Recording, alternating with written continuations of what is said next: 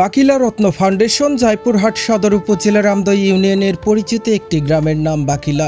রত্ন foundation একটি অরাজনৈতিক সামাজিক সেবামূলক সংগঠন যা সমাজের অসহায়, দরিদ্র, বিধবা, প্রতিবন্ধী মানুষের পাশে দাঁড়িয়ে তাদের সাহায্য করায় এই সংগঠনের মূল প্রতিপাদ্য। এরই ধারাবাহিকতায় 30 মার্চ রবিবার বিকেল 4 ঘটিকায় বাকিলা মহসেনিয়া দ্বিমুখী উচ্চ বিদ্যালয় মাঠে এলাকার প্রায় কয়েক শতাধিক মানুষের জন্য ইফতার আয়োজন করা হয়েছে। জানা গেছে বাকিলা রত্ন ফাউন্ডেশনটি গ্রামের যুব সমাজের প্রচেষ্টায় একের পর এক সেবামূলক কাজে ব্যস্ত সময় পার করছেন। নিজেদের অবস্থান থেকে গ্রামের অসহায় মানুষের পাশে দাঁড়িয়ে নির্লসভাবে কাজ করে যাচ্ছে।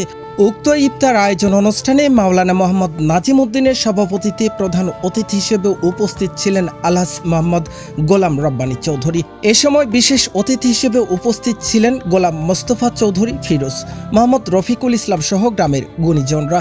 এ সময় বক্তারা বলেন, যুব সমাজের ভূমিকা বর্তমান সময়ে আমরা অস্বীকার করতে পারি না, তারাই আগামী দিনের ভবিষ্যৎ। এ সময় বক্তারা রত্ন ফাউন্ডেশন এর মঙ্গল কামনা করে মাওলানা আব্দুল বাকির মোনাজাতের মধ্য দিয়ে ইফতার আয়োজন সম্পন্ন করেন।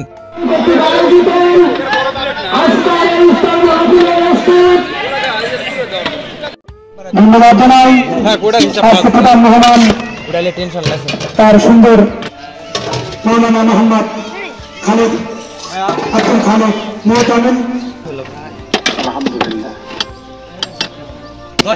আমরা যখন নিয়ামতের শুকরিয়া আদায় করে আল্লাহ তাআলা নিয়ামত বাড়ায় দেন, কথা বলে ঠিক না ভাই? আর বান্দা যখন নিয়ামতের অশুকরিয়া আদায় করে আল্লাহ তাআলা নিয়ামতকে ছিনে। আমাদের প্রান্তীয় যুবক ভাইরা রত্ন ফাউন্ডেশনের উদ্যোগে ইফতার আয়োজন করেছেন।